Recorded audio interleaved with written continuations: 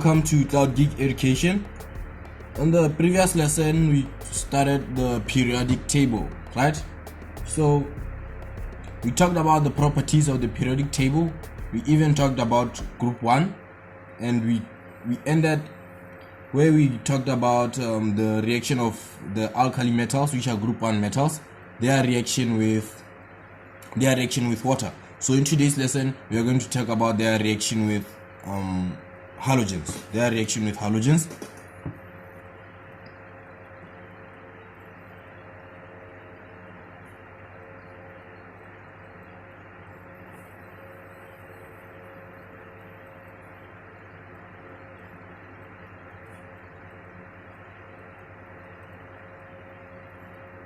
Group 1 metals and their reaction with halogens, right? So group 1 metals react with halogens to form salt. They react with halogens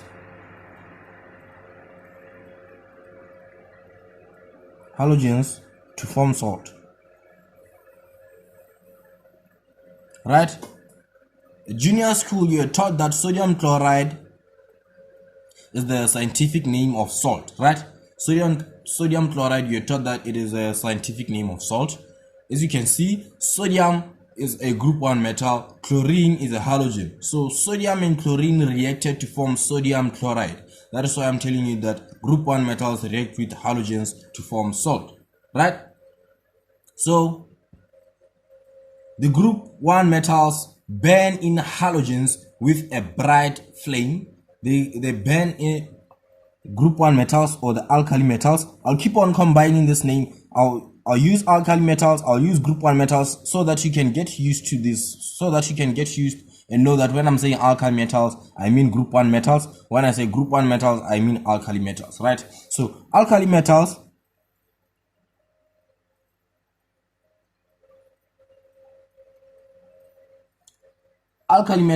burn in,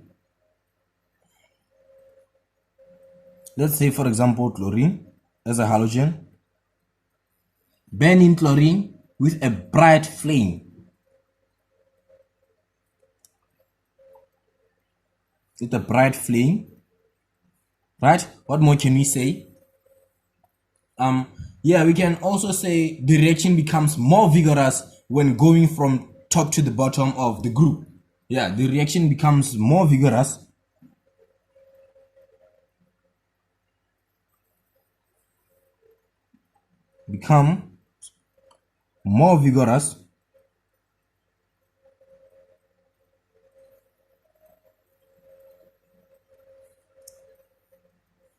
from the top to the bottom of the group.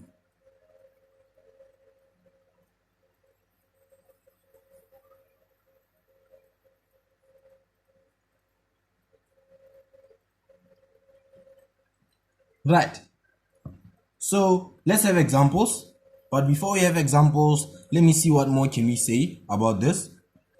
Yes, we can say all the salts formed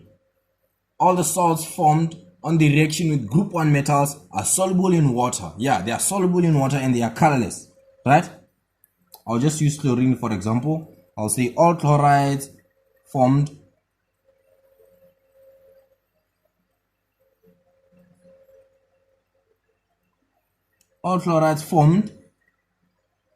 are soluble in water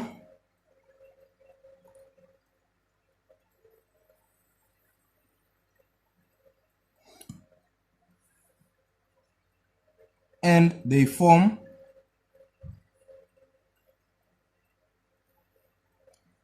colorless solutions.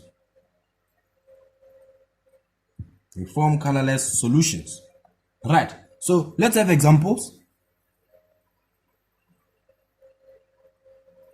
Example 1, let's take any group 1 metal. We have sodium, for example. It reacts with chlorine as a halogen. When I say halogens, I mean group 7 metals, right? And if you can observe very well, their names end with INE. It's fluorine, bromine, iodine, and astatine. So that is that about the that is what I wanted you to observe, right? About the group 7 metals or the halogens. So sodium plus chlorine will give us sodium chloride. Sodium chloride, which is a salt, right? So when we balance it, oh, chlorine is diatomic, remember? So we only have 2 chlorines right here, right? And we have 2 right here, we have 2 here, right? So I'll also put some state symbols, but I'll teach you all this in due course. Chlorine is a gas, sodium is a solid, salt is solid. These are just state symbols, right? So let's take another example. Any metal from the periodic table. Let's take rubidium. Rubidium is Rb plus chlorine. This will give us rubidium chloride. Chlorine is diatomic. This will give us rubidium chloride, which is a solid, right? We have chlorine, which is a gas, and rubidium, which is a solid, right? We have 2 chlorines, which means we have to have 2 chlorines this side. Let's balance it that way, right? So those are the examples. Now let's move on to the group 1 metals and their reactions with air.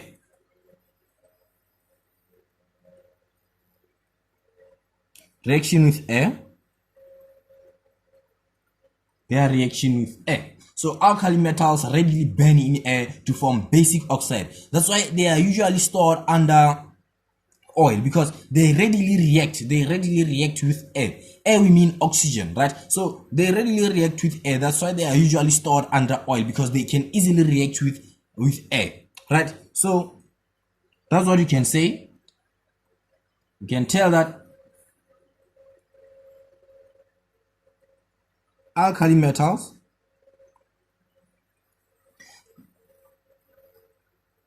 readily burn in air.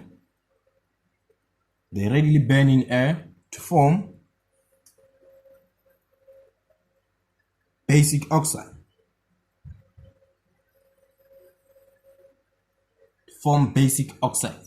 Right?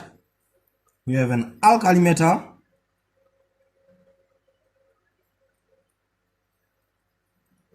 plus air, which is oxygen. This will give us a basic oxide. We will have a basic oxide, right? We'll have basic oxide. I remember telling you guys about the basic oxide when we started the periodic table. So let's have examples. For example, we can have let's take sodium, right? Reacts with oxygen, diatomic. This will give us sodium oxide. Sodium oxide is a basic oxide, right? So when you balance this, we have 2 oxygens. Let's put it this way. There's 4. We'll have 4 here, and that's it, right? So this is example 1. Example 2, let's take potassium. Potassium reacts with oxygen, diatomic. This will give us potassium oxide. Potassium oxide is a basic oxide. Let's balance it. 2 times 2 is 4 there. We have 4, and we have balanced it, right? So last example, let's take an unusual one. Let's take an unusual one. Let's find an unusual group 1 metal.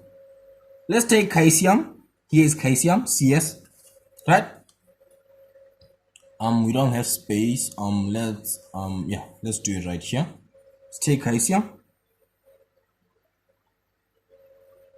Calcium reacts with oxygen, diatomic. This will give us calcium oxide, which is diatomic. I mean, which is a basic oxide. When you balance it, we put it this way. Now we have balanced it, right? So the basic oxide, this basic oxide right here, we have sodium oxide, potassium oxide, we have calcium oxide. These are basic oxide, right? So this basic oxide dissolve in water to form alkalis. They dissolve in water to form alkalis. When you dissolve these in water, you're going to have an alkali. Why? Because these are basic oxide formed by alkali metals. That's why when they are dissolved in water, H2O, they give us alkalis, right? So let's try doing only one example or two about that. First, let's state that the basic oxide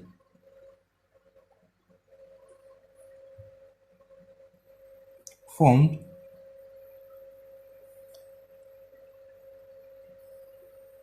dissolved in water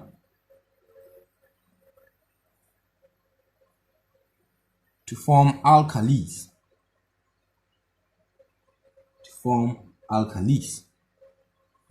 Right. For example, we had sodium oxide, right? When it reacts with water, H2O, what do we get? We get an alkali of sodium hydroxide. We get sodium hydroxide, right? So let's balance it. It's 2 there. Yeah, we only use a 2. So that is sodium hydroxide, right? Let's take, for example, we had potassium oxide. It reacts with, it's dissolved in water. It's dissolved in water, and we get potassium hydroxide. We get potassium hydroxide. Yes, we get potassium hydroxide. So these two, sodium hydroxide and potassium hydroxide, are alkalis, and sodium hydroxide is a strong alkali. If you want to know that, it is a strong alkali. So you'll find out that the reactions of group 1 metals are the same. You'll find out that the reaction of group 1 metals are the same. Yes, they are mostly the same because they have the same number of valence electrons. They have the same number of valence electrons, and this makes their chemical reactions very similar, right? So yes, that's what you have to know. This is because they have the same number of valence electrons, right? Yes. So let's move on to now let's talk about group 7. Let's talk about halogens. I told you that in our syllabus we only talk about group 1 metals, transition metals, group 1 metals, transition metals, group 7 metals, and the noble gases, right? So now let's talk about the group 7 before we talk about the transition metals. Group 7 elements, also known as halogens. They're also known as halogens. Now let's talk about them. First, let's talk about their physical properties. There are a lot. We cannot finish them. We cannot finish these physical properties. I'll just give you 5-6 of them, right? Their physical properties. The group 7 elements are not found free in nature. That's what I can tell you, as they are reactive. They are reactive. They are just reactive like the group 1 element. I can tell you facts now that fluorine is the most reactive halogen. It has the ability to combine with some rare gases. All elements or all halogens have 7 outermost electrons. That's what you know, right? They exist as simple diatomic molecules, as they can readily combine with what can they combine with? They can combine with other atoms. For its kind of to attain stability. I guess you understand that. They are non-metals. They have, so let me give you 5-6 of them because there are a lot of them. Let me give you those ones. They are non-metals, right? They have low melting and boiling point. They have low melting and boiling point, right? What more can we say? We can say they are non-conductors of electricity. I guess you know why. They are not solid.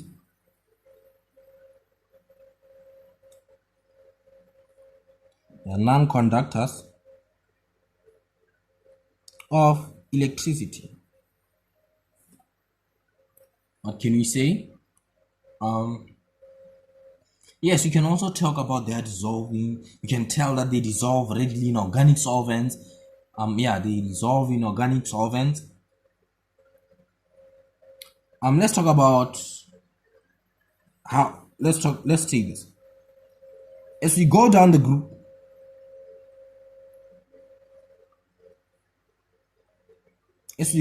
group, right? 1. Atomic radius increases.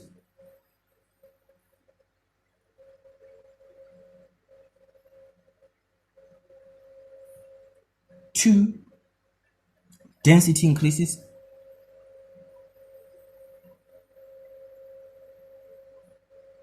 3. Melting and boiling point increases. Melting point and boiling point increase due to the stronger intermolecular attractions. I'll talk about the intermolecular forces of attraction. Right? 4. Color intensity of the halogen increases. Color intensity increases. Right. So I explained this was atomic radius. This was our last objective we explained in our previous lesson. Atomic radius. I talked about atomic radius, and it says the atomic radius increases as you go down the group. I guess you understand this. I explained it more and more and more. So yeah, that's it about the physical properties of the group 7 elements. I think you also know that this one we are going to make it vice versa, whereby we say they react with group 1 metals to make halogen. You know that, right? You know that reaction, you know it. It's a chemical property. That's what you need to know. Oh, color intensity. Let me clarify here in color intensity. I'll give you the colors of these. I'll give you their colors, the color of their gases. What should I do? Should I draw a table or what? Okay, no, let me just do it this way. Fluorine, start with fluorine, right? We'll start with fluorine, chlorine, bromine, iodine, and just like that. Fluorine, the color of fluorine is pale yellow. It's a pale yellow gas. It's a pale yellow gas. What do we have? We have chlorine.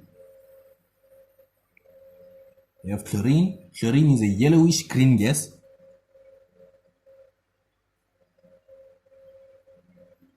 It's a yellowish green gas. What more do we have? We have bromine. Bromine is an orange red liquid. Orange red liquid. What else do we have? We have iodine. Iodine is a black solid, sublimes to become a purple vapor. It sublimes, sublimation. We talked about sublimation. It's a black solid but sublimes to become a purple vapor.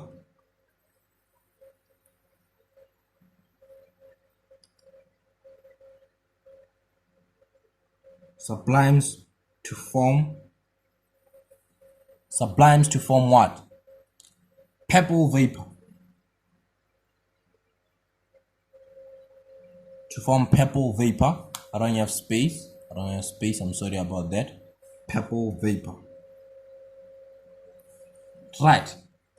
And astatine is a black solid. I don't have space. Please write that one down. Astatine is a black solid. Right. So we are done with group 7 metals. Now let's move on to... No, we are not done. Let's talk about their reactions with metals. Their reaction with metals. Halogens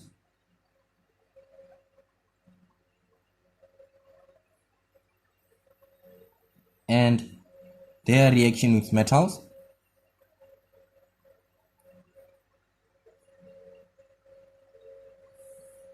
Halogens and their reaction with metals, right?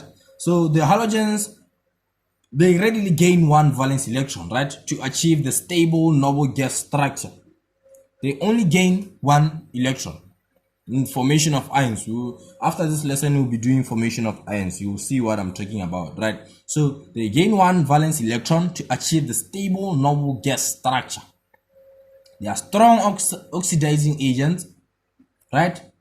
And their reactivity decreases down the group as atomic radius increases. That's what you need to know. I always emphasize this, that about their reactivity and how they relate to the atomic structure, so on and so forth. Their reactivity decreases as you go down the group as the atomic radius increases. So their reactivity decreases. I guess you know why. Because right now it's vice versa. They are gaining, unlike group 1. Group 1, the reactivity increased as we went down the group, because atomic radius increases, because now they lose, right? Now they are losing. Now, okay, let me do this. I think you remember the previous example. What were we talking about? We were talking about sodium and potassium, right? We're talking about sodium and potassium. Let me draw them here. I want to give you a difference. Sodium,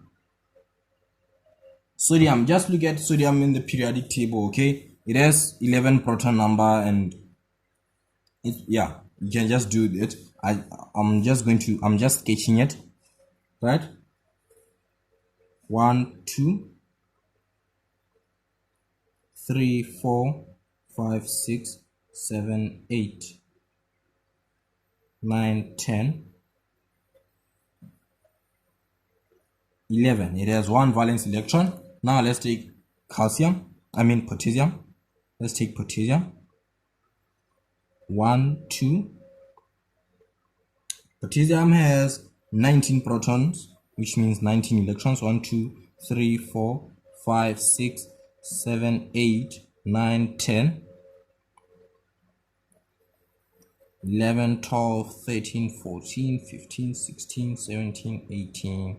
The last shell, 19. Yes, it also has one valence electron, right? So what did I say in the previous lesson? I said reactivity increases as you go down the group in group 1 metals. Why? Because of the atomic radius.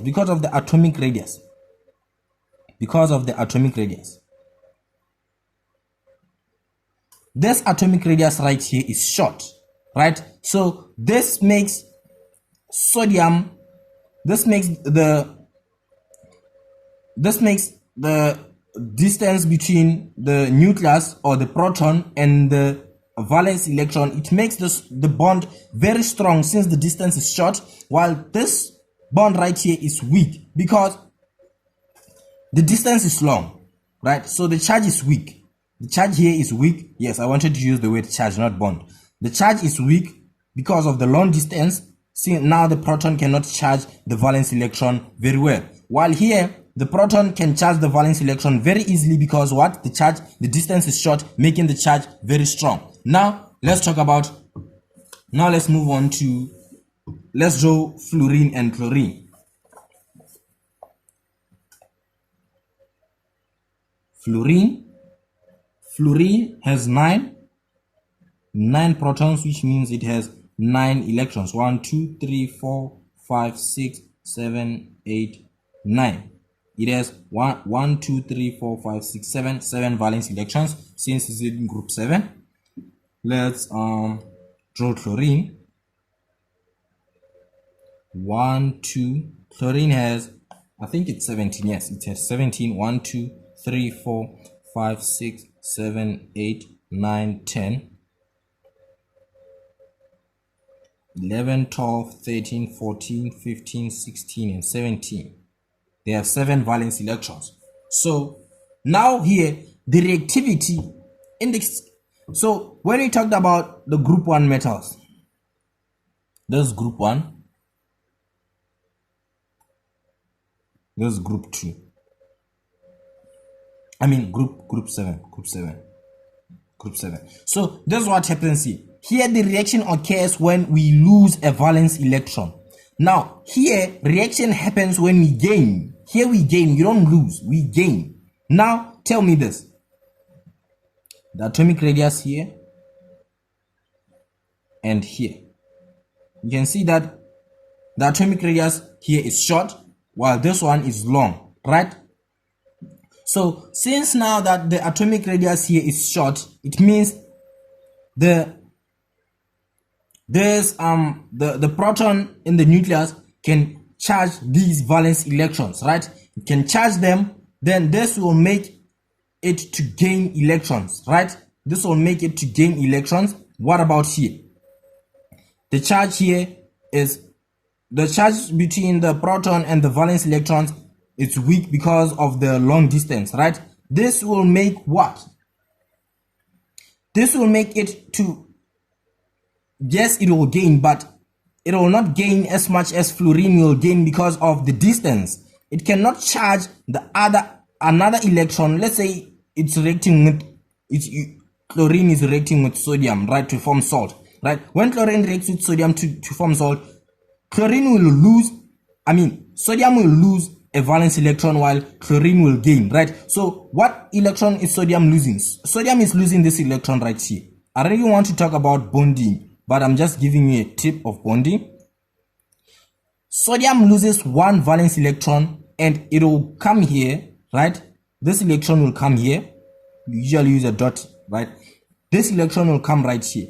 When this electron comes right here, what do we have in chlorine? Now the chlorine has 8 valence electron. When chlorine has 8 valence electron, it makes chlorine to be called a noble gas. Now this is an ion. Chlorine will be noble because it has the full number of electrons a shell can hold, which is 8. It has the maximum number of electrons. Now it cannot react since it's stable, right? It's noble. That's what we mean, right? So here it is easy.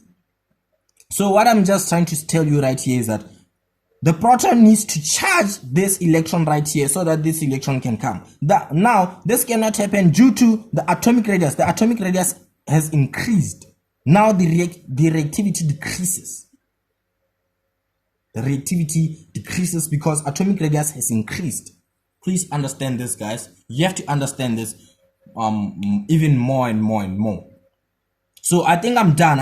About explaining atomic radius. It was the last time I was explaining about atomic radius. Put a finger on this because we are going to talk about bonding, and I hope you guys will have to recall this. You'll have to recall this scenario, right? So where were we? We're talking about their reaction with metals, right? And I was explaining the reactivity thing. Now halogens react with electropositive metals to form ionic halides. Yes, they react with, that's what we can say. You can say halogens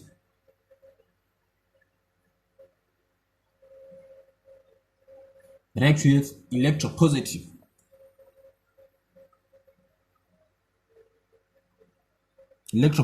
metals to form alkali metal halides. Why are we saying electropositive? Electropositivity is the vice versa of electronegativity. Tendency of an atom now to share electrons. So now we are talking about electropositive atoms which share electrons, right? So let's have examples, right?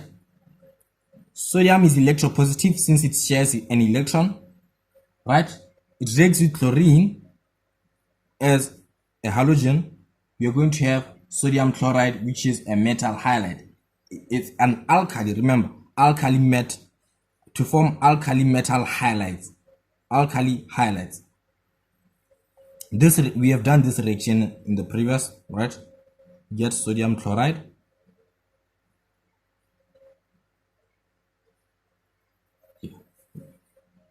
get 2 here, right? So that is it. Let's take potassium and bromine. Let's take potassium and bromine. It's diatomic. Remember that. We get potassium bromide. Right. And let's take sodium and iodine. It's diatomic. We get sodium iodide.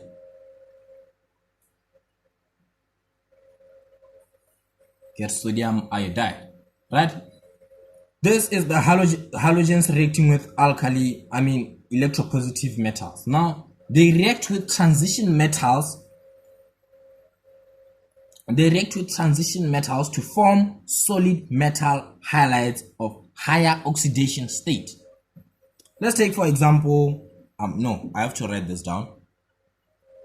They react with transition metals, right? Or halogens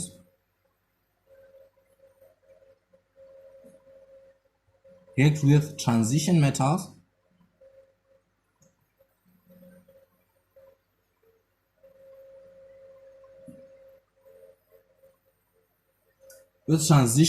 to form solid metal halides.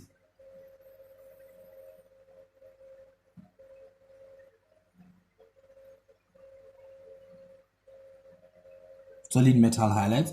Let's take, for example, a transition metal we have. We have iron. Let's take iron. Iron is Fe. It reacts with chlorine. Diatomic. We get iron chloride. Right? So let's balance this. Yes, it's like this. Is it? No, it's 3. It's 3. It's 3. Yes, so when you balance it, it's like 2 and 2 here. Right? They react to form solid metal halides. This is a solid metal halide right here. The solid metal halide right here. I didn't see that time is beating us. Let's take iron again and react it with bromine. It's diatomic. Remember that. We're gonna have iron bromide. It's 3. Let's balance it. It's 2 right here. It's 2 there. Okay. No, it has to be 3 here. Oh yeah, it's 3 even here. Okay. Yeah, right. So yes, this right here are solid metal halides. So guys, time is not in our side, so I think our lesson will end here for now. Then in the following lesson, we're going to talk about their reaction with water. We are done with their reaction with metals, right? So we're going to talk about their reaction with water, their reaction with alkali, their reaction with alkalis, and their displacement reactions with solution of other halide ions. We're going to talk about that. We'll be done with the group 7. And we'll move on to the group 8. We move on to the group 8, then I think we will be done, right? So thank you guys for being attentive. Please like, share and subscribe.